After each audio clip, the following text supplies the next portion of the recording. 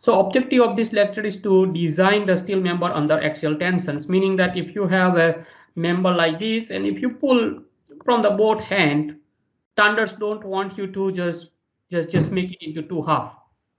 That's what they want you to stop, right? The standards want you to design in a way that someone pulling from the two end, you will not have this open space between your members because you don't want to break your members, right? So that's what we're going to learn this week, how we're going to stop these members that's happening from pulling out to each other. So the outline that we will just talk about what would be the behavior under the tensions, what kind of mode of failures. As I mentioned, there are two separates. If you talk about on the road or someone who don't know engineering, when you pull two parts and if you pull too much, you might have two parts separate. So what would happen? Type of members, some connections, member capacity, and I will take you through that examples. So let's talk about behavior first.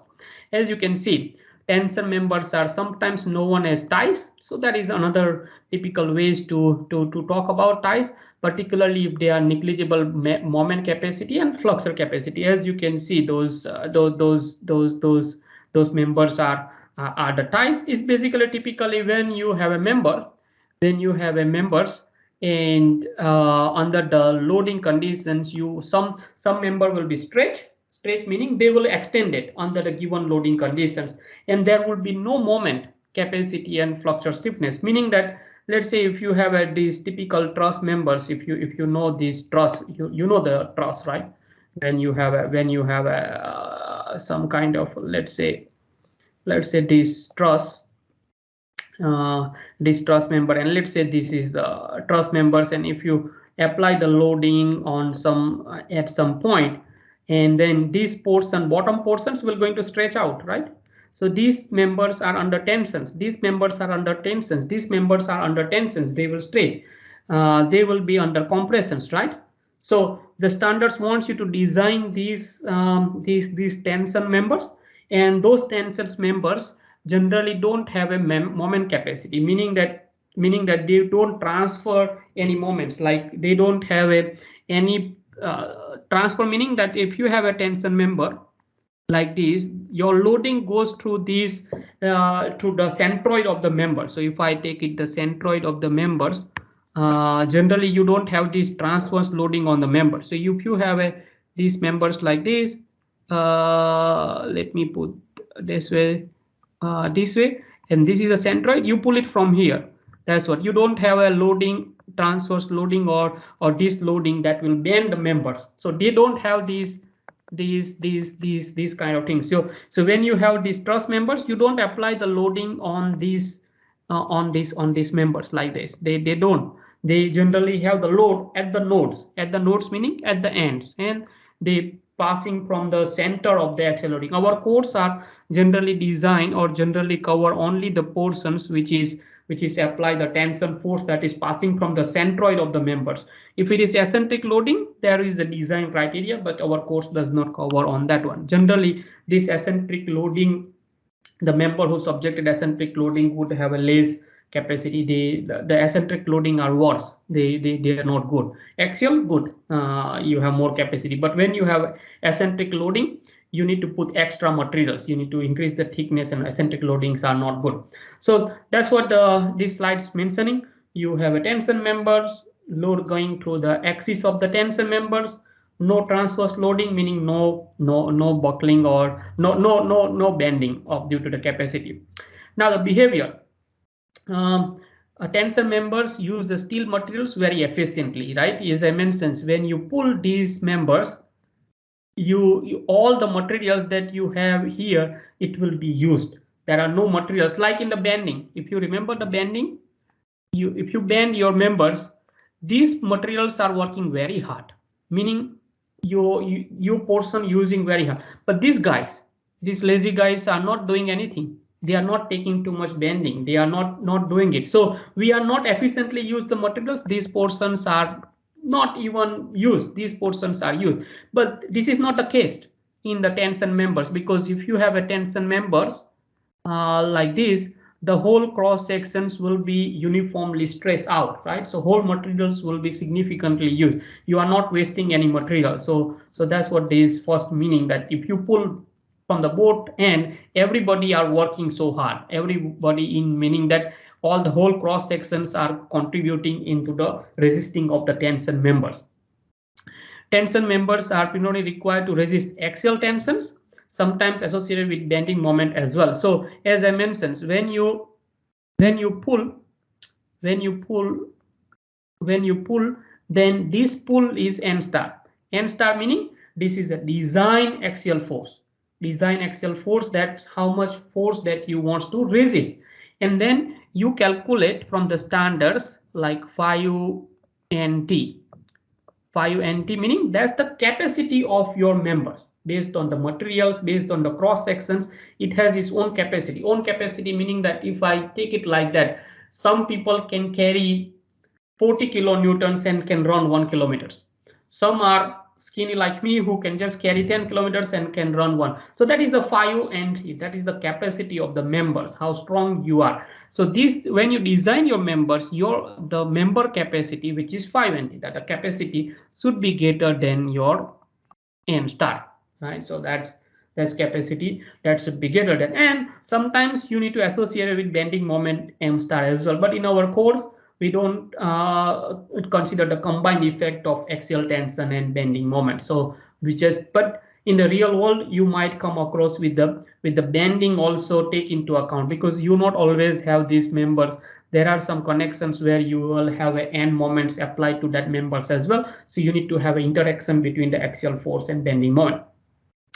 Bending may be caused either by self weight of the member and nature of the connection at the end. So sometimes, because if you have these members due to the self weight, it will bend. And as I mentioned, some connections would have this bending moment come into that play as well. So imperfection in the member, residual stress have a little effect on the strength. Look, we don't take into account directly these residual stresses, because these standards has these 5 factors, which is reducing your capacity by 10%. That's take into account this is indirect account of these residual stresses, and some very sensitive tension members. These sometimes these crooked edges sometimes come from these kind of, if you have very long members and you are transporting that members in the truck or somewhere in the ute and all, you might have these kind of some kind of small bumps in the members, right? Because ideally in our course, all the examples that I'm going to show you, we assume they are straight, super straight. Super straight meaning they are not having any kind of waveforms. Well, in the real world, it's not possible. In the real world, it's not possible, meaning that you might have, when you have manufacturing those members in the factory, when you're transporting the members from factory to the sites, you might provide some bumping. Bumping means your surface would not be super straight, and therefore it will reduce its capacity. Now someone will say, how do you know how much it's going to reduce? It will not reduce significantly, but our standards indirectly take into account those factors by applying these 5 factors.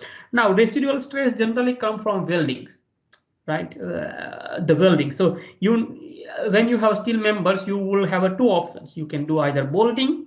You can make a hole and put the bolts to connect one member to the second member. Let's say you take a beam or you take a columns. If you want to beam to column connections, you will have, generally these days our boltings are more, but you might need to weld as well, right? Some plates that if you even do the bolting, let's say this is the columns, and you might weld these plates, and then you make these connections with the another one, right? Still you need to do some weldings.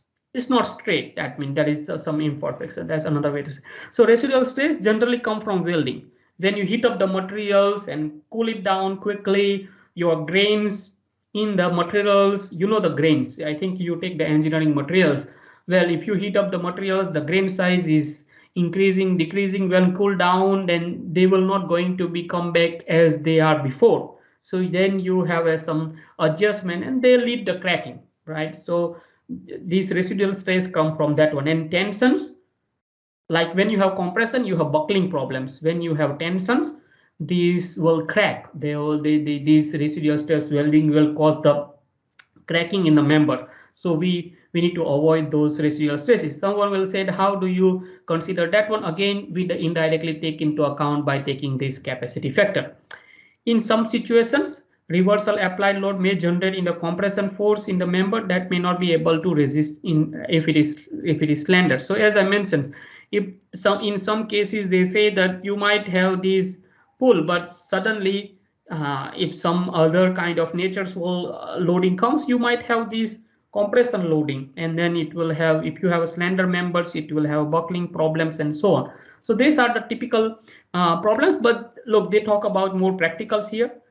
In our courses, we don't take into account directly those things. We will have these 5 factors that take into account those indirect account of bending moments, slenderness, imperfections due to the length imperfection, and then we also call this global imperfections. Crookedness is a global imperfections. That's another name. Global imperfection and residual stresses.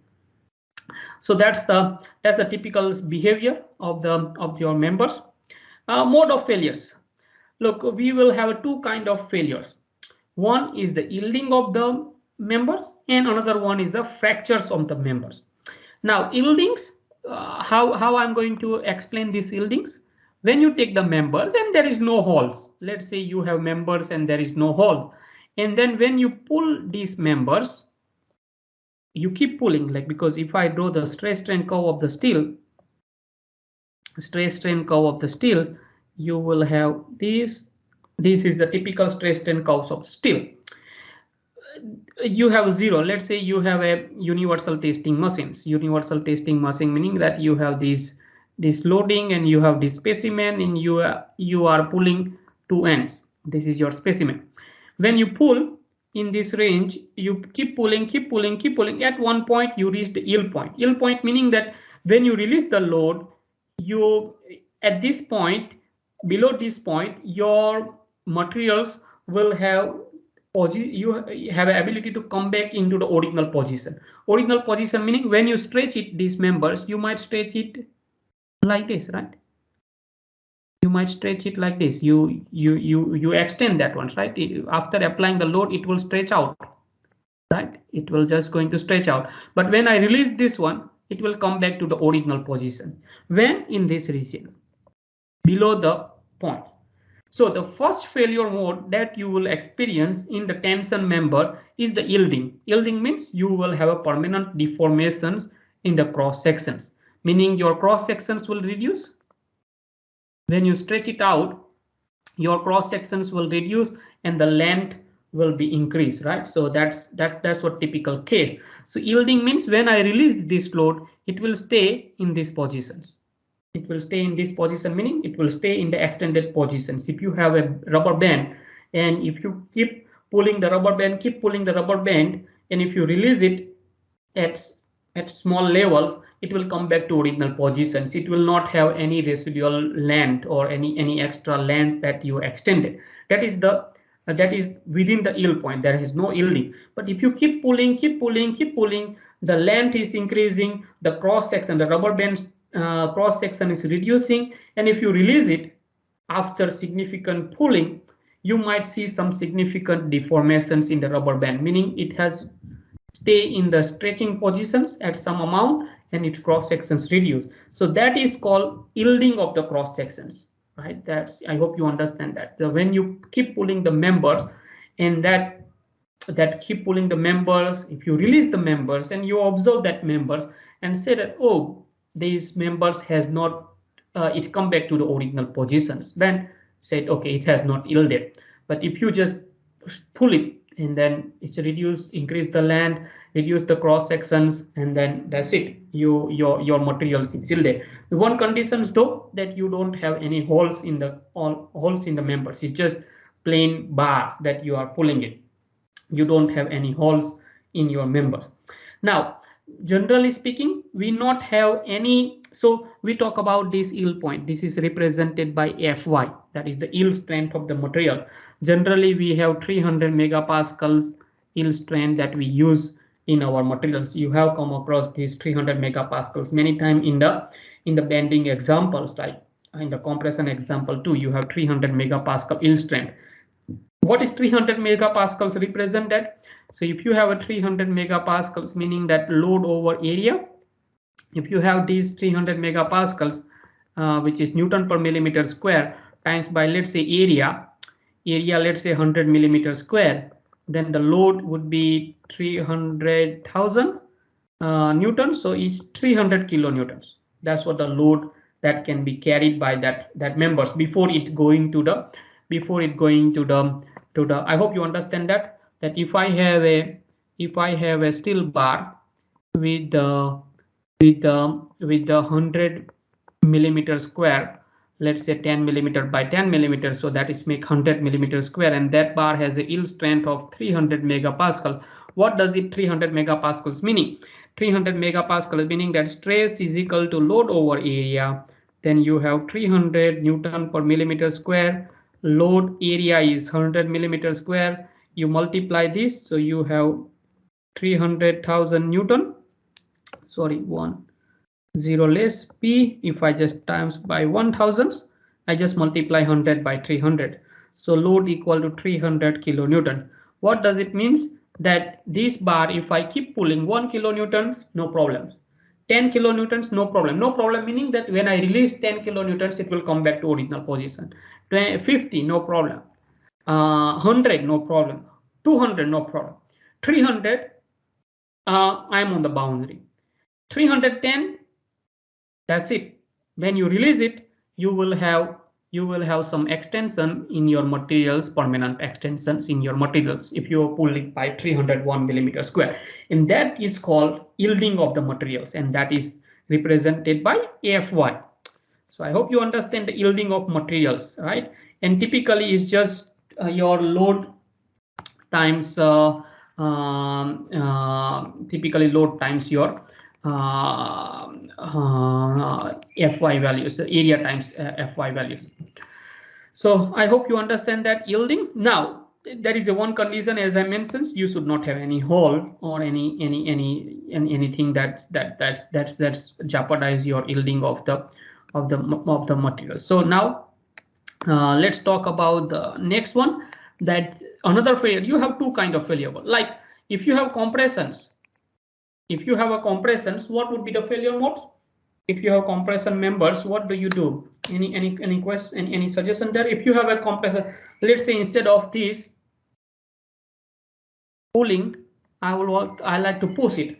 So what would happen to it? Because we done the compression member last week. What would be the failure mode in a compression?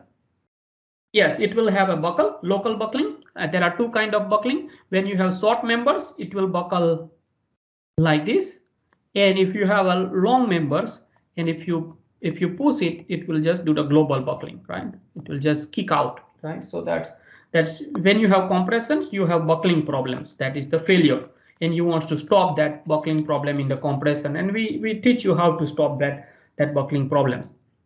You remember this gamma and this checking it out whether it will global buckling occurs or not. So that is the compression, but in the tensions you have two different things. You have yielding, and I hope you understand the yielding. Now fracture, vicinity of the. Now you have material yielding occurs, or you will have these holes. Let's say you have members as a hole, right? Because you can't have a members which are not hole. So these portions will gonna yield. These portions gonna yield, right? Because there is no hole. The materials that are no holes, they will be yielding problems, right? Yielding. But when you have a hole, you have another problem, which is the fractures. Fractures meaning that it just separate. Fractures. I hope you understand the word fractures. Fractures mean it just crack. You can say another word is a cracking. So the fractures that happens when you have a bolting. So when you pull this one, you might have yielding of the materials, or it might have a fractures when you have a hole. So that hole will going to give you the fractures. Now the standards don't like these fractures, so they will apply you the penalty. Meaning that when you have fractures, now fractures generally occur after the yielding, meaning that your materials will be, so what happens here, I can redraw these pictures again here, that let me open my another one, SD2. Oh, here you go. My notes are there, so there is no any issue. So yeah, so look, this look at the no holes. You can see that no holes. Nice and easy and yielding and green one. So there is no holes in that one. I think I have, yeah. So I think I need to explain that one later. Okay. So I think when you have no holes, I can show it to here. When you have no holes, that's fine. The red one is no hole. Then you have less holes, like not much holes. Then you have this one. But if you have significant hole, you will have trouble here, the red one. So now the standards, these fractures will not gonna occur at the yielding point. These will occur when you have these points. You need to pass this yield point, and this is FU. Basically FU is, this is FY, and FU, when you come to the FU, you will have fractures. So it's not happens immediately. As I mentioned, your material first goes into the stage where it passed the yield point, because you can't just have a fractures bang, meaning you keep pulling, meaning you will have some plastic deformation in the materials. It will stretch out, which is permanent deformation. And if you still keep pulling, then it will have this separation or crack. I can take a rubber band examples as well again. So when you have rubber band examples, you keep pulling. At one stage, you reach the yield point, meaning that if you release, is going to have permanent. Then if you continue pulling, these permanent deformations are keep increasing, and then you will have a separation. So therefore, the standard saying that if you continuously keep pulling until you reach FU meaning that it will have these 400 megapascals. Typically we have 400 megapascals for FU. So if I take the same examples, here, which is, you remember that 10 millimeter by 10 millimeter, cross section is 100 millimeter square. Now we talk about the fractures. Fracture is FU equal to 400 megapascals. And if you keep pulling, then you can use the same equations, equal to load over area. Then this would be 400 Newton per millimeter square, and load over 100 millimeter square. Load equal to 400,000 Newton, so it's about 400 kilonewton. So if you keep pulling, then you have 400 kilonewtons as that material will fractures. But there is a one condition for these fractures as well, that you don't have hole. But if I put the hole here, let's say I put the big holes, let's say true holes. These holes are true. Okay, these are holes here. Let's say these holes are true. Now standards will apply the penalty. You will not going to get 400 kilonewton. You might say, Vipul, this is good. You have 300 mega, before you have 300 kilonewton for yielding, and you have 400 kilo. I like fractures because it has a higher capacity. No, when you have hole, it will jeopardize your this 400 kilonewton. I'm just talking without the hole, which is 400 kilometer. Your material will fractures. That it will just do this separation of the material. When you have hole, you have two penalties that I'm going to talk with you how this penalty will come across. So what you understand is yielding and fractures. Let me know if you have any questions there. So all good. Now types of members. What is the flexure members? You know these flexure members: steel wires, ropes, and more commonly tie rods, such as members that are eligible moment capacity and flexure stiffness EI. I think you know the flexure members, right? Those steel beams and those used as a flexure member. They are usually pretensions using tumble blocks, particularly if they are horizontal, to reduce the sag, and they use they're talking about these flexure member, meaning, yeah, have you seen these what we call these safe when you drive from Bendigo to Melbourne or Melbourne to Bendigo, they have these safety roads. I think they call safety barriers. So yeah, this is the word, safety barriers. Have you seen those safety barriers? They are tension members, there are flexor members as well. You can see they are pre-tensions. As you can see, those when you're driving from Melbourne to Bendigo or Bendigo all the way from that Caldera freeway, you will see those safety barriers.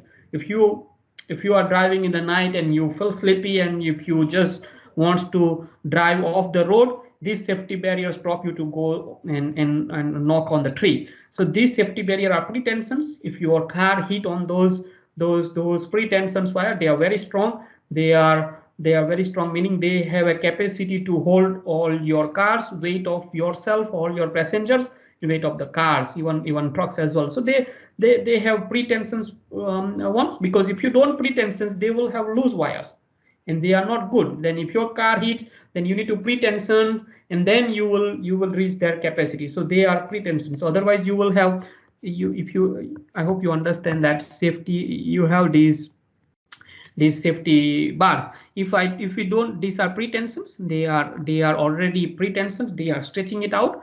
If I don't have pretensions, then you might have these troubles, that you have these bars, and if you hit this road, then these will just be loose.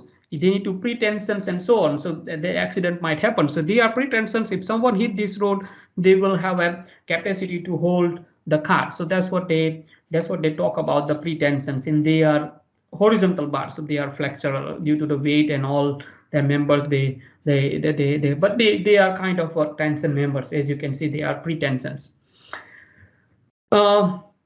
Proxy members, it is one of these members also. They are used as a what we call these wind loading, these bracings that they use. I think you have seen this one in the warehouses where they use these bracings. So tie rods are commonly used in the roof and wall bracing, as I mentioned. On the roof as well, you have seen this, particularly industrial buildings. And slender members such as those can be resisted by compression force that can be, for example, reverse or applied load. So as I mentioned, sometimes you will have wind loading coming from one direction, another directions. These roads also are subjected to the compression force. Previous examples, you have those members with the tension force and bending. These examples, you have flexors members with the compressions. Moderately stiff members, equal angles, like equal angles, meaning that if you have these kind of equal angles like this, oh sorry, these would be same lengths, equal angles like this, equal angles. So this leg and this leg has a same length. Unequal angles and tubes such as member have some moment capacity and flexure resistance. As I mentioned, some members, they would have a resistance to have. So when you design it, it's not only you just design it for the pure tensions. They need to be designed for some kind of a moment and flexure stiffness as well. As I mentioned previously, how those moments, because of the self weight of the members and from connection, some moment would be transferred to those ends. They cannot be depressive but can be resist the compression force. Several members can be connected together to form a compound members. As I mentioned, sometimes you have a compound members. If you remember that our examples, we have two C channels and we make a compound member. So you can make it box cross sections as well. Moderate stiff members. So moderate stiff members are used in the roof and wall bracing in the buildings as web and cord members in the truss. So that is just another examples for these moderate stiff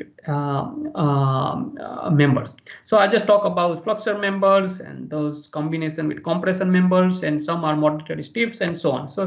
So that's just different applications that you can use it. Now connections. Connection at the end of tension members may be pin, flexor, or rigid, and has hence transmitted bending moments. As I mentioned, some members are designed as a pin members.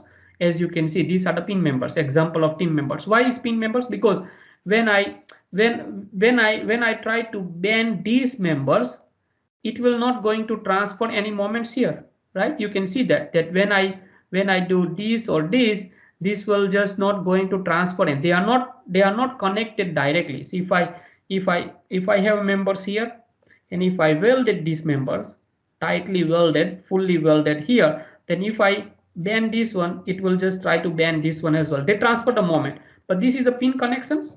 Pin connection meaning that you have pin like this. So when I bend this one, it will just free to rotate, and this part will not rotate. So that is the connections where you have a pin connections. As I mentioned, this is a typical example, and these pin connections typically used in the trusses, right? If you know these truss members, those are here pin connections. They are just like this. You have a plates here, and they are connected here, and I think, by the way, they are separate, sorry. So if you have a plate here, and these are connected here, and these are connected here, these are the truss members, meaning that if I apply the load here, they will not transfer the any moment. So that kind of pin connection. And bolted connections, when they have these plates and they are separate with each other, this is a typical example for pin connection. In design, try to eliminate any eccentricity between the line of actions action of the member force along with the member central lines and centroid of the connection. So they just want to avoid these. Look at this line, and this line going to meet here, right? This is good, but you don't want to design something like this, that you have these members going here, these members are attached here, and then another one is attached here. So line of action, this one going, this will, no, sorry, this was going here, this is going here, this is going here. So they are not meeting. They meeting, these points meeting here, this point is meeting here. This create the eccentricity. Eccentricity meaning that your connections would have eccentricity, and that reduce the capacity. But look at this nicely, okay? The line of action is going from here, line of action is going from here, line of action is going here. They meet at one point, and they don't cause any eccentricity in the connections, okay? So you try to avoid this one. This is a bad practice. As you can see, there is these no one design this one, you can see. But if you want to design this, typically you will have this, and this is line of actions. You have this, and you have this line of actions. So you can see they are meeting. Sorry, these need to be here. Sorry, these need to be here. So that's what the meaning of that one. So you can try to avoid those eccentricity. If the eccentricity cannot be eliminated, resulting from bending moment must be accounted for design of members by the factor KT and the N connection. I will talk about these KT factors in a minute. That is the penalty, by the way. KT is not our friend. KT, that is they will apply the penalties for our connection. So I'm not saying that you can't completely, sometimes you can't completely avoid those line of actions. You might need to have some eccentricity, but the standards will going to look after that KT. Member capacity. Look, there are two things, very simple. Next is very simple. I like this one, that you have two things. Yielding, you remember that yielding, right? My example saying that you have a no holes, by the way, no holes, as I mentioned, and this, you pull this one 10 by 10 and 300 megapascals. If you remember that, stress is equal to load over area. This stress is your yield stress, load over area. Let's put it gross area because you don't have hole. So F1, the load. Now standard saying NT, don't worry, P, put NT. The standard saying, okay, we like to use NT. So you say NT equal to Fy times Ag. That is your yield strength times gross area. Yielding, you know this yielding story, right? First one I explained yielding. So mathematically, you say that NT equal to Ag times Fy. That is the yielding. That is the first that going to yield. Now this is troublemakers. As I remember that, again same equations, that you have fractures. Let's say you don't have any hole, and you remember that fractures is Fu times net area. Okay, so if you don't have hole, you can still use it, but there is a two penalties. First one, 0.85 factors. That is the penalty that you will get it, and then you have KTs. I think I have a slide here where I'm going to talk about 0.85. Where the point? Okay. Now 0.85 factors is taken into account for the more variable FU and reduce the ductility for member which fail by fracture at the bolt hole. So this 0.85 that you can see straight away, 15% gone. Whatever you do, you have a hole, so your 15% capacity is just taken away from you because it's fractures. Why? This is a diagram going to help you. This is 0.85 coming from. When you have no hole, you have a red line. Good, we are happy. But when you have some kind of a hole like this, two holes, then you have a blue line. Look at this. This capacity comes down to here. This is your FU by the way now in the blue line. Then if you have more holes, then you will have this one. Look at that. FU is come down here. Then someone might say, people, how do I know I have a blue line or green line? I don't know how many holes I have, or there is any magic number that you will have that is not significant number and significant hole. If it is 2 hole is significant, 4 hole is significant, or 10 hole is significant. No, standards don't want to do that one. It's just for you to understand the theory. But the 0.85 straight away, bang. If you have a 1 hole, 10 hole, 15 hole, whatever the capacity you have, wipe it out, 15% is gone, bang. So you hope understand 15%. That is the penalty, 15% penalty to have it whole. And because it's gonna fracture. Standard don't like you have these tables, but that table was not that good. Now the name of that table is called correction factors. Let me say, okay, I got it here. Wait. Okay. Let me say this one. You can't see, completely off. Okay, just give me a minute.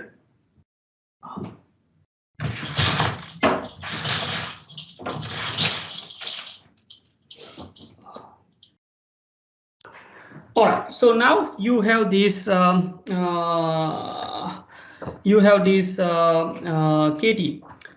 Now this KT come from, by the way, now we need to go through these sections. Which one is this? Which clause I was talking about? KT tables, clause 7.3. By the way, we are working on section 7 now. Nope, sorry, you can't see. KT, I need to explain this KT. Oh, this nicely yielding fractures. Your capacity would be more than this design actions. Very good, very nice, friendly. Oh, this KT. Look, I don't like these tables. Don't like it, meaning it's not giving too much information. But once we walk you through, you will understand that these are basically penalties. Penalties meaning you have eccentric loading. You remember that joints. So you have about maximum penalty you get 25% on top of that 85% penalty. By the way, this 15% penalty on top of, you might not get it penalty here. The one is good. Some engineers will going to push it to make it 1, but you have 10%, 15%, up to 25% penalty that you will gonna get it. Now, how are you going to read this table KT? I can show you that KT has 2 options. That clause 7. I hope you understand 0.85 one. That's where is 0.85 comes from. So that is come from the holes. Now KT has 2 options. Either you can have 1 or less than 1. That is here. That you have 2 options, either 1. So don't get confused. Oh, we put too hard. What should I take and so on? Well, you have 2 options. If I'm too conservative, I take 0.75 and move on. Okay, this is not end of the world, and you don't need to stop it yourself. Or you can have 1. But it's depend on the case. So you have 2 options. When you take 1 and when you take less than 1, that's what I will have to explain that. Let's say you have a members that is connected with another members. Let's say this red one that is here is our members that we designing, and let's say they connected with some kind of columns or walls, and they are connected uniformly, meaning that this whole edge is connected, and when I pull it, the whole thing will going to uniformly pull, right? This part will pull, this part will pull, this part will pull, this part will pull, this will, because I'm holding on the one side permanently the whole face. Then we call it uniform stress distribution. As I mentioned, you will have uniform distribution. Then you have KT equal to 1. Then you have KT equal to 1, meaning that don't worry about this figure. KT equal to 1, meaning that you have this case that you are fully connected. In the reality, you may not have these kind of uniform distributed. Standard will say that okay, if you have a If you have this kind of slide, still KT equal to 1, that's okay. But if you have a large like this, then your KT comes into the play. So it's just kind of uniform stress distribution, your KT equal, no penalty. Good, like it, because you need to weld, but you need to weld the whole things. In some cases, you may not be able to avoid the whole thing. For example, this equal angles one. Let's say I just hold it only one edge, and this is free. And when I pull this one, look, this part will going to hold it tightly, but this will come out, right? Because you can think of this portion will just do this one, right? Because they are not connected, so it is easy to pull this part. This is not easy to pull, so then you have non-uniform stress distribution. Then in that case, KT is less than 1. It could be less than 1, meaning don't take it 50%. It's not a big penalty. It's less than 1 meaning you have 0.90, you have 0.85, 0.75, and 0.85. How many options? 4 options. 1, 2, 3, and 4. 4 options you have, not more than that. Okay, so that's the penalty when you have non-uniform one. And again, if you have I section and if you fully welded, you have, let's say you have I fully welded and then you pull it, then you have KT equal to 1. If let's say I just wants to weld just wave, flange, then this will be hard to pull. This can be easily pulled. This is hard to pull. So you have this kind of a less one here, high stress here. We call it shear leg effect. So that is KT less than 1. Look, these tables, I like it. I like to read with you these tables. That will going to help you to do this one. Now, where I get these tables, and some students might say, how about in the test? This one I get it from this book. I think you know this book, Steel Design Handbook. You have library online, one of these chapters, just go through it, probably in the start of this one. So standard does not look, how do you know what is happening on case A? Let me explain you through this table. So if you have one-sided connection, single angle. So you have single angle, and you have 0.75. You have 0.75 for unequal angles. Unequal angles meaning that you have these legs are different than this lengthwise. Connection for short leg. So if you have a connection here, short leg, and by the way, this is our members. This is the members we are designing it. Short legs, then you use 0.75. By the way, that is they just talking about these things. Okay. Oh, sorry, where it is? Okay, here they said you have a non-uniform. Standard does not say you have non-uniform. That is just theory which I explain you this one. So it says that non-uniform, you have 0.75. I hope you understand when you are connecting with the short leg. Well, someone said, okay, when I connect with the long leg, let's say this is your long leg and this is your short leg, then you have 0.85 of the penalties. Right, so I hope you understand this first one, that you are designing these members and you are connecting this end, short one, and then you will have 0.75. When you have long one, you have 0.85. Right, that's all good. You might have two side by side, 2, 1. Again, if you are connecting short leg, let's say this is short leg, then you have 0.75. And in case if you are connecting this is a long one, instead of this one, you have 0.85. I hope you understand that, how you take the KT. When I take the examples, it will give you more idea. So this one we discussed, this one we discussed. Twin angles on the same side of the gusset plate. And then you again have a 0.75 and 0.85. So you again, this one, I think we discussed that 0.75, 0.85. Channel. Yes, channel. See, so by the way, this is how I'm going to do it.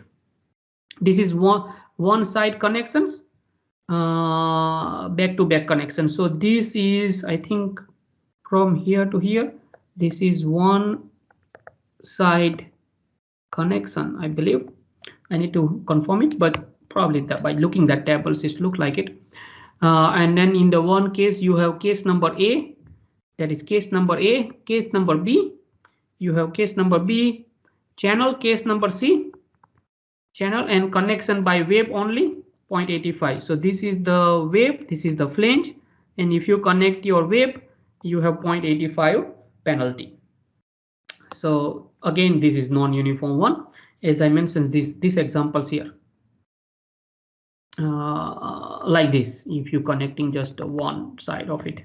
So basically, if I redraw this channel here, sorry, if I draw this channel here in the 3D, my 3D is not good, but let's try. Oh. Okay, and if I just connect here, and if I pull this one, then this is very hard to pull because this one, but this will going to pull easily. So you have non-uniform. So they said because you have non-uniform, you have 15% penalty. So I hope you understand this case number C. Case number D is a T.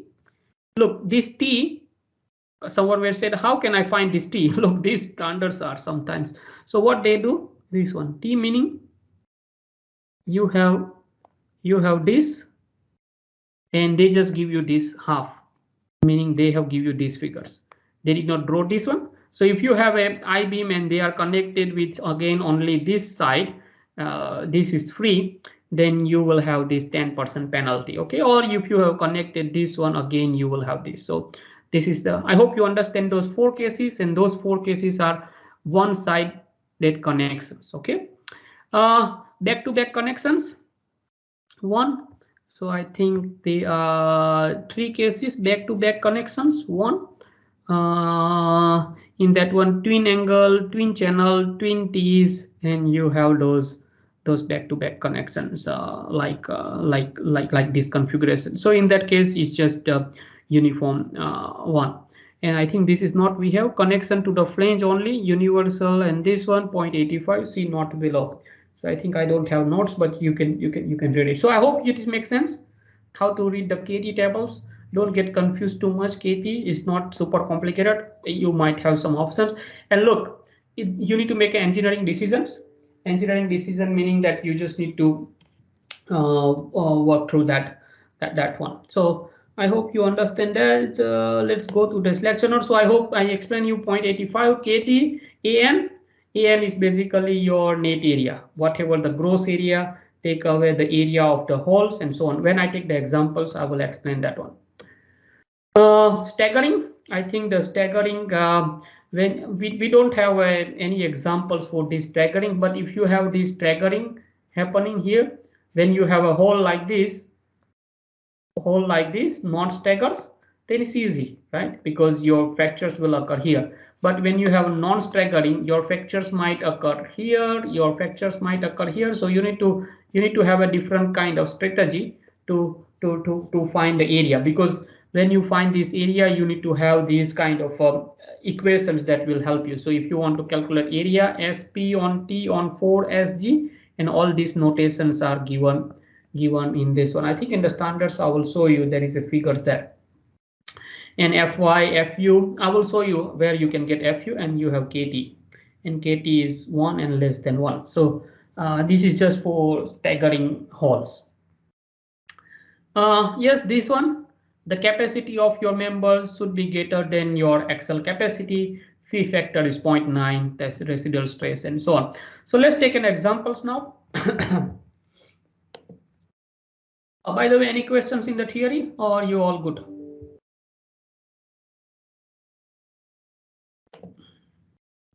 Any questions there?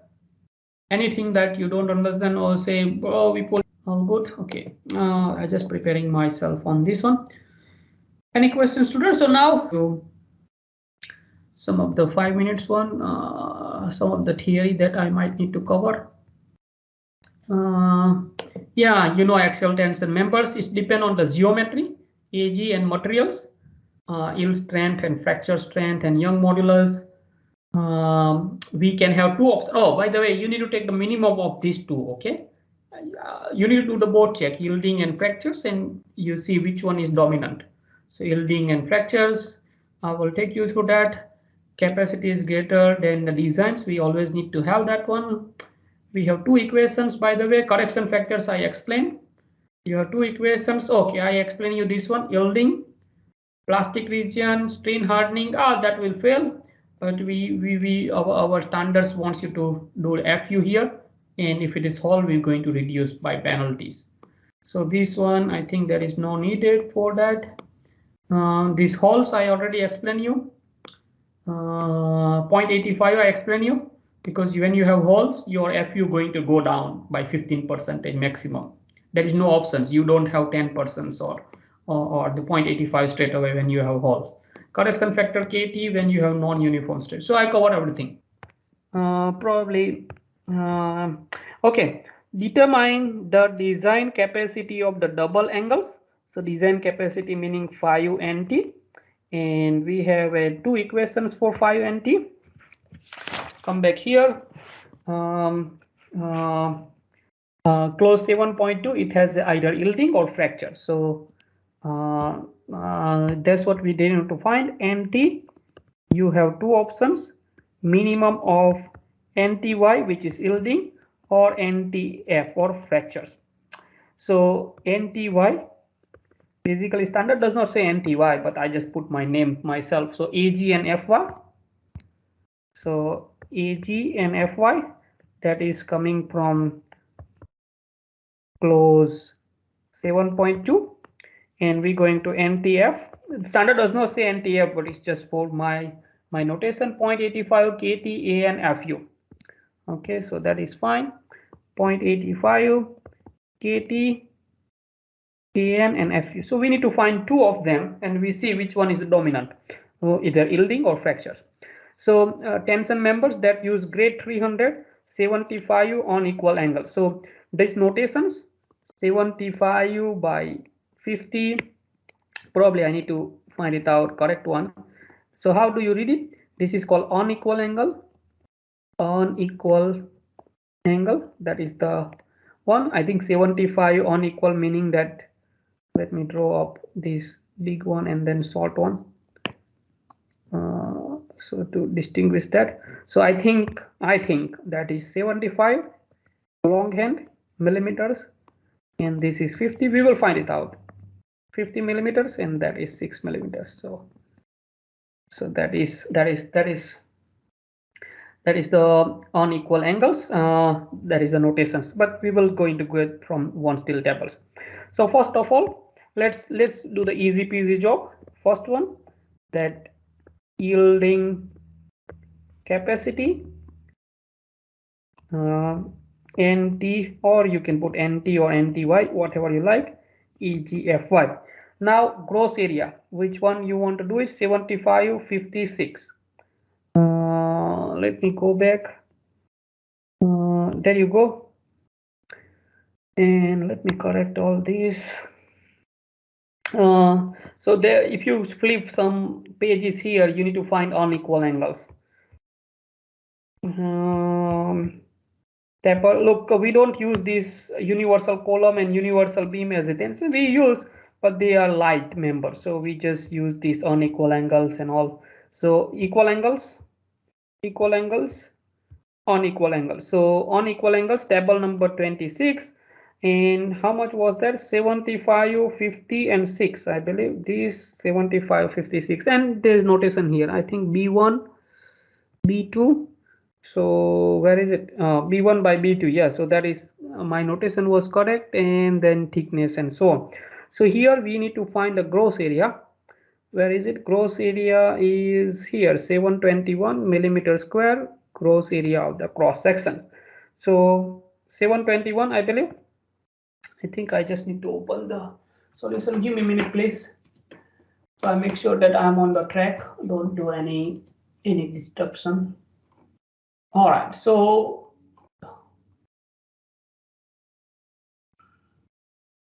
yep. So we have a gross area. Come on. Oh, okay.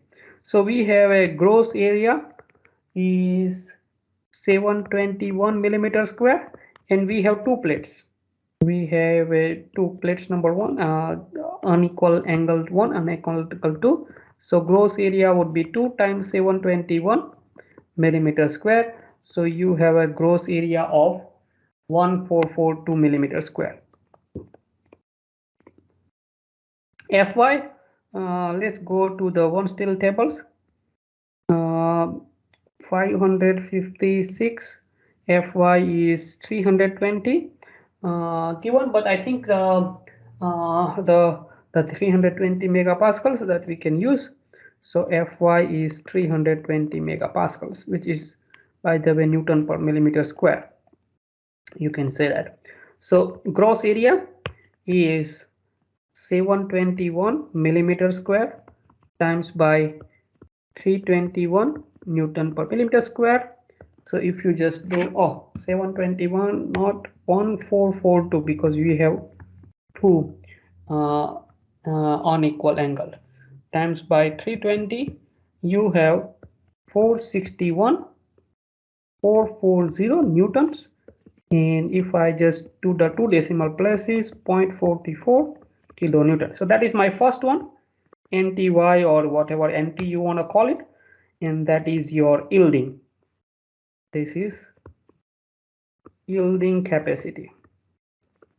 And we have a hole, by the way, so we need to go for the next one, which is the fracture capacity, and that's yielding capacity one that we use is this equations close 7.2 Ag times Fy. Now we need to use this net area. So let's put this one now, NT. Let's say fracture check. So NT equal to 0.8. Do you remember this 0.85? 0.85 penalty, 15% penalty straight away. If you have 1 hole, 2 hole, 3, 4 hole, no standard does not care, saying that okay guys, you need to put this 15% straight away penalty for having the hole. So that's fine, we will accept that. 15% gone. KT, let's talk about the KT one. KT that is called correction factors. That's the name of that standards wants to call it, that KT is correction factor tables. And correction factors tables, we will have a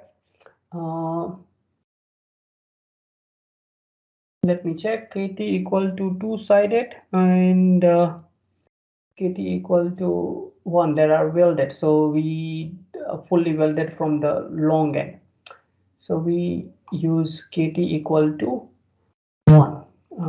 Let me just think which way. So you have a plates connected to this end, and here you go.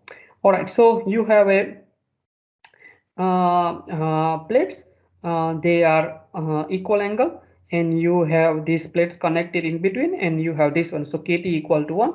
Someone might say, okay, this is not convincing. You can see this one, that you have unequal angle here, unequal angle here, and they are connected by this one. So we have a case where let me explain you that through my lecture notes. So you have a case here which is back-to-back connections. We have these back-to-back connections.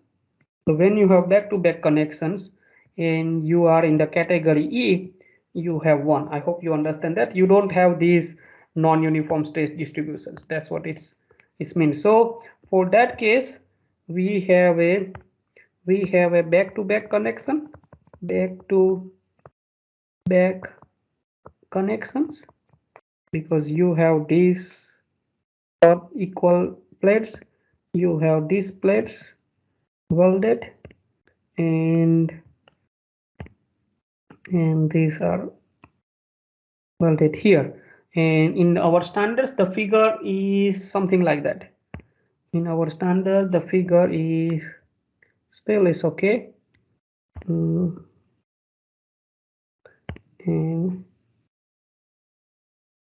you have these figures, right?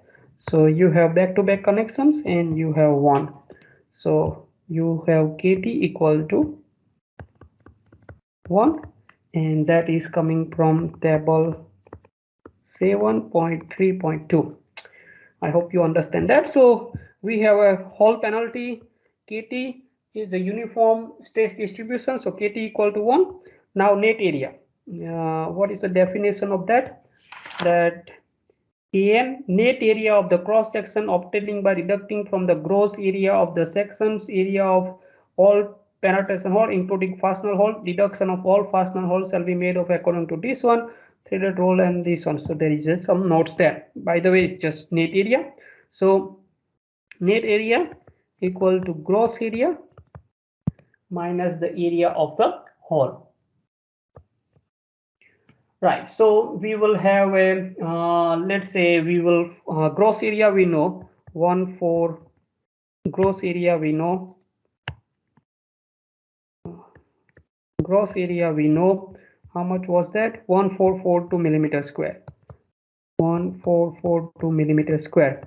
Now area of the diameters that we just like to find, we have M20 hole,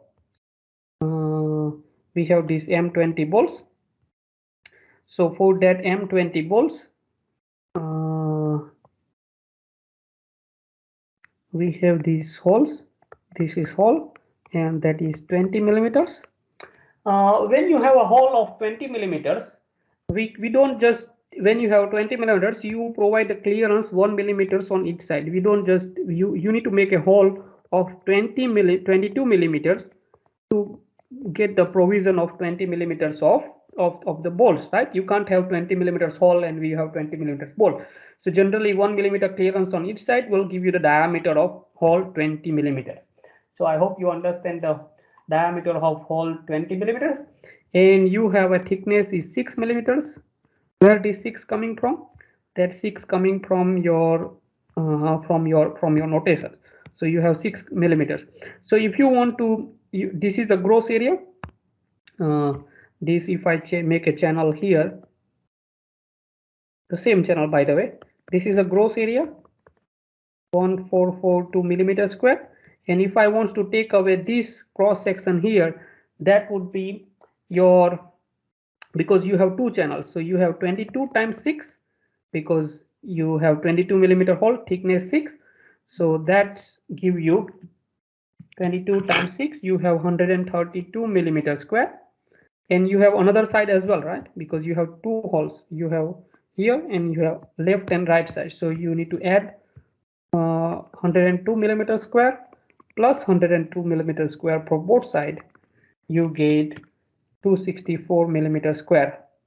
So this is your area of the hole, 264 millimeter square. So by the way, the net area that you're going to get is net area equal to gross area, take away the diameter of hole, which is 144.2 millimeter square, take away area of these 264 millimeter square. Now that is 1442, take away 264, you get 11780 millimeter square. Now we have everything except the one that I need to show you, fracture strength. Where is it? Let me check. Oh, there you go. This is a tension strength Fu of 400 megapascals when you have 300 grade. So you need to use 440 megapascal. For 350 grade, you need to use 480. But I think in our example it says 300, so we need to use 450. So in our example it says 300, so we have 440 Fu. So let's write it down. Anti-fractures 0.85 penalty from the hole, non-stress distributions or uniform stress distribution, net area Fu 0.85, 15% penalty, no penalty here because you have back-to-back connections, and it's a uniform stress distribution. Net area we just calculated 11872 millimeter square from one steel tables, 140 megapascals or Newton per millimeter square. So that will give you 0.85 times by 1 times by 1178 times by 440. You get 440.572 newtons, which gives me 440.57, two decimal places, kilonewtons. So if I want to calculate NT, that would be the minimum. Someone might say, I don't want to remember these minimum words. That's okay. Nominal section capacity of tension member shall be taken as lesser of. You need to take the lesser of these two. So that is minimum. Minimum of yielding. Yielding was how much? Yielding was 461.44. 461.44 kilonewtons. And the fracture one is 440.57 kilonewtons. So you get the fracture is dominant here. The fractures will occur before the that yielding will occur. So that is your N2. Now standards wants you to consider these correction factors and so on. So capacity factor 0.9, 440.57, and I will show you where you can get these capacity factors. 0.9. So you have about 396.5 kilonewtons. I just take it 5 NT equal to 397 kilonewtons. That's your axial capacity. Axial tension capacity. Let's put tension as well. Axial tension capacity of 75 by 60 by 6 unequal 2 unequals, right? There are two of them with the hole with M20 holes, which is 22 millimeter holes. And I need to show you that capacity factors, by the way. You go back all the way back.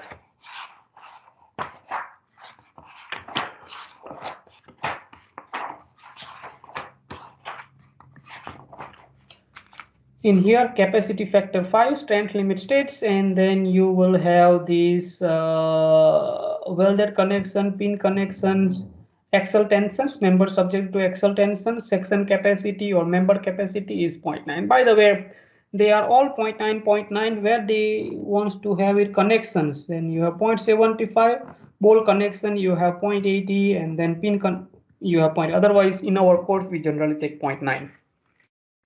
So that is table 3.4. Let me put that. So that is coming from table 3.4. Any questions there? Any comment? Any questions before we moving on to the next one? All right. So further to do this one, let's jump on to the next. I hope you feel that it's not super complicated. It's just simple maths. Some penalties is our friend. What is this here? Which examples we are looking at? There are second examples now. All right, second examples. I think you know the drill now. What we're going to do it here. All right, so let's crack on this one. I think you know the drill now. The maths is very super easy. A welded truss is to be made from grade 300 equal angle. The EA represent equal angle, and design the member AB. Oh, design meaning that we don't know what is the member size. You remember that before we have 75.6 EA and we find this capacity, but now here we need to know what is the equal angles that we need to, but they have given you 180 kilonewtons. So by the way, they say that you have equal angles. Where is equal angles? Oh, here you go. You have these options. You can use any of these one, making sure that it has capacity more than 180 kilonewtons, right? To resist that 180 kilonewtons.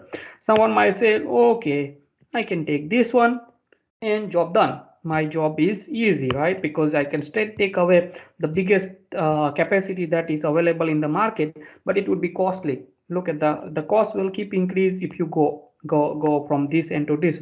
So your client might be using 10,000 of these equal angles in the whole building. You are costing $500,000 for them to not doing this quick 5 minutes or less than 5 minutes, I believe, maybe 1 minute, $500,000. Why not? So for that, we need to do the quick checks for that. Okay, so quickly, standards has given is very helpful, saying that your capacity 5 N2 should be greater than than n star. Okay, so that's fine. Let me go through this one, that your capacity phi u and t should be greater than n star. Where is coming from? That is coming from your clause 7.1. By the way, it says that capacity of your member should be greater than your demand. So your n star is the design axial force. That is the name, design axial tension force. Let's put design axial tension force. And 5nt is the your axial tension capacity. Axial tension capacity, and that is just should be capacity should be greater than your n star. So let's make an assumptions here.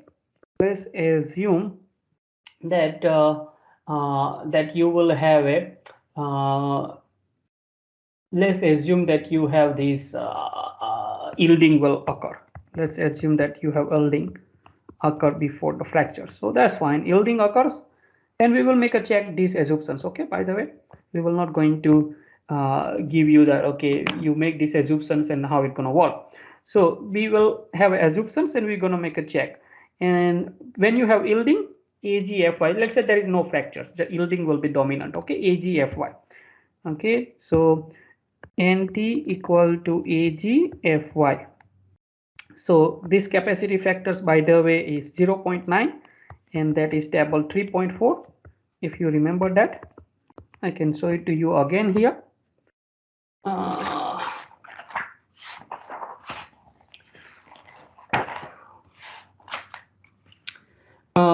Table 3.4, in your axial compression, where is it? Axial compression, axial tensions 0.9. Okay, so that is 0.9. So if I just put that 0.9, NT is AG times Fy greater than n star, and Fy equal angle, you have a option of 300, 320, 320 and so on. So let's take a 320 because 320 is the maximum one, many times appearing. So let's take 300. Again, these assumptions we're going to validate. So let's assume Fy is 320. Ag we need to find, and Fy is, let's say, 320 greater than n star. We have n star given 180. 180, let's convert into newtons because we have this Newton per millimeter square megapascal. So let's keep it consistent. So if I want to calculate, Ag should be more than 180 times 1000 Newton over 0.9 times by 320 Newton per millimeter square. So it would be 180 times 1000 over 0.9 over 320, 625 millimeter square. So gross area should be 625 millimeter square. Look, this is my starting point. This example has not started yet. This is just a trial. This is just to trial. Okay, and we have two assumptions, yielding, and we have this Fy equal to 320 megapascals. Both need to be checked. Right, so we need to find the sections which will have a 620 millimeter square of the area. So this is equal angles. Example says find the equal angles. This is gross area, and 625, 295, 720, 628. That's spot on. And for that you will have 55, 55, 6 EA. So 55, 55, 6 EA, right? So that's, let's try this one. Okay, this is the starting point now. And when you calculate this phi u and t, which would be minimum of AGFY or 0.85 KT AN FU, you should have a phi u and t should be greater than n star, which is 180 kilonewtons.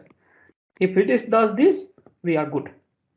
Otherwise we need to go back and redo it again. So now we are good. By the way, this 50, oops, sorry, what is happening here? By the way, this 55 and 55, meaning that this is 55, this is 55, and this is 6, right? And equal angles, meaning that this length and this length are same. So let's try with this first one, yielding check is equal to gross area times Fy. Gross area is 628 and Fy, which one you check? 55, 55, 6A, 320. So 628 millimeter square times by 320 Newton per millimeter square. So you have 628 times by 320, you get 20960. Looks good. Always keep and track on the numbers, right? 200 kilonewtons and we need 180. So looks reasonable. So you have about 200.96 kilonewton. This is Newton, by the way. So this first one done. Building fracture check. Fracture check NT. Hall penalty. Not stress, non-uniform stress distribution penalty. Net area if you have hole, and FU. Let's crack one by one. KT correction factors.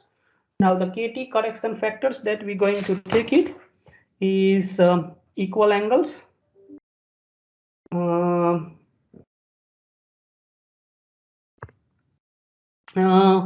I think they are connected on one side. How they are connected? Did they put any details there? This one, the resist the tensile force, and I think they are connected something like this. I think on the one end, welded on one leg. Okay, that's nice. Welded on a one leg, so that's good. So we don't have much options.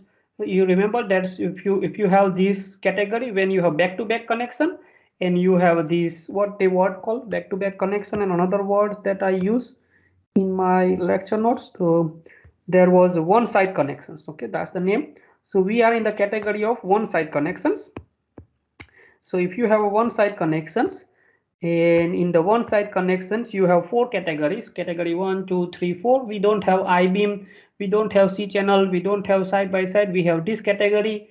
And unequal, we are equal, so we have 0.85, that equal one.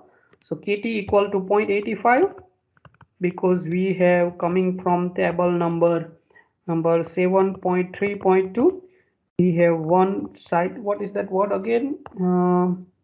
One side connections. We have one side connection, so we use case A.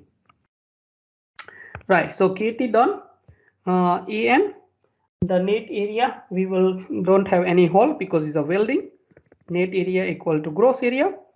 And FU, we're going to go back on here, and FU somewhere written here, maybe. Oh, here you go. For 300 section tensile, FU equal to 440. Does the example say it any 300? They did not say. Oh, grade 300, so that should be okay. 440 FU, 440 megapascals, or say Newton per millimeter square.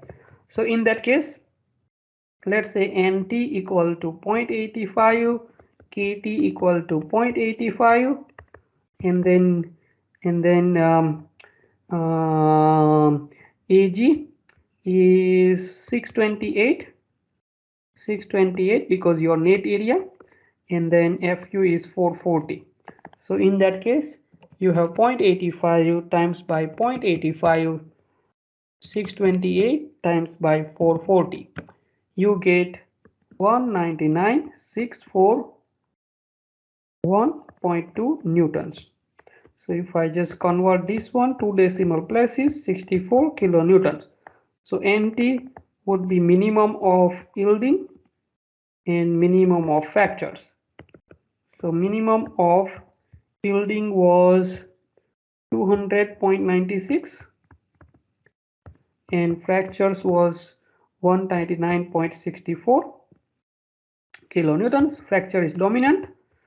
Our assumption was wrong at the start. You remember that we made the assumption, but that's okay. We can check it whether it's gonna work. So this assumption was wrong. This is wrong. We check it. This is not correct. That's okay. If it's not correct, still it's okay, but we have at least gone to the further. Now 5 nt equal to 0.9 times 199.64 kilonewtons. By the way, it's very close. It's nothing too much difference. So 179.67 kilonewtons. And I think should be okay. 201. So we have a capacity, I think about 180 kilonewtons.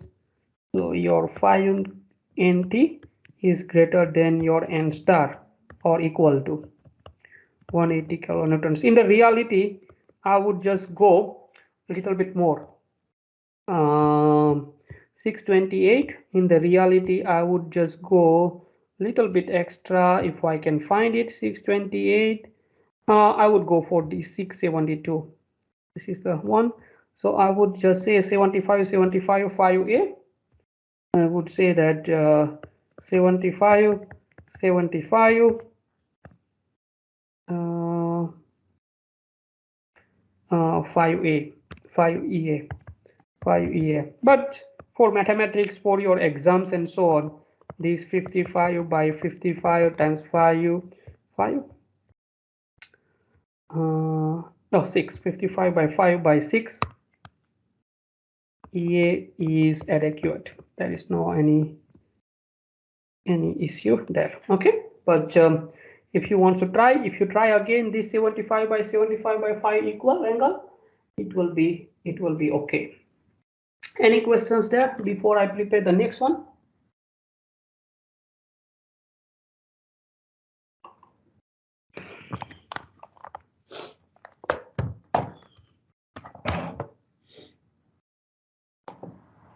I hope you understand the story now. Just make an engineering decision. It's not a big one. As I mentioned, this is you need to have a engineering skills to design these kind of members. Okay, so let's copy this.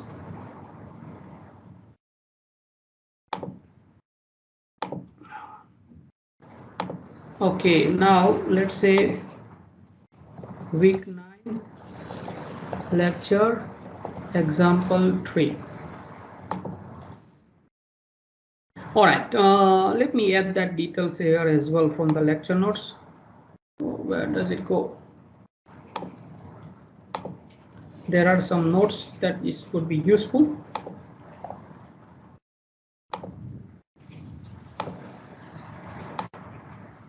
All right.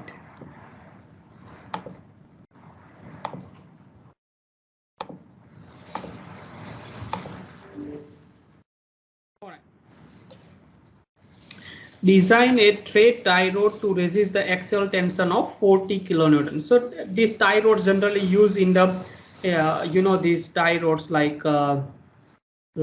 these tie rods. I can show it to you. This is not a tie rod, by the way. This is the reinforcement. I think next year we're going to teach you. This is not a tie rod, but this similar kind of tie rods that we use. They have these kind of ribs and so on. So this kind of tie rods, 40 millimeters. That we want to design. So threaded tie rod cross section area used to design neither that unthreaded shanks or threaded, but an area between these two called tensile stress area. This may be found in relevant Australian standard as structure handbook and still. So what they talk about this one, I can show it to you here. They say that okay, like if you have this kind of threaded, you might have this area which is more than this one. And you have this shank area which is 40, so you need to take it in between. You see there's I hope you understand what I'm talking about, that you might have this extended area because of the thread. Someone might say, some engineer said, I can use this extended because I want to use this material. Someone might say, I can use this one, but the standard saying that you will have shear area that is in between this one. So that figures, they are lots of given in the handbooks, and your supplier will also give you that area. So you don't need to much worry about it. So let's say you want to design that one. What kind of tie rods that you want to provide. So let's say you will have, let's say this is definitely the yielding problems, because you may not have you don't have any holes in the tie rods. So definitely it will be yielding.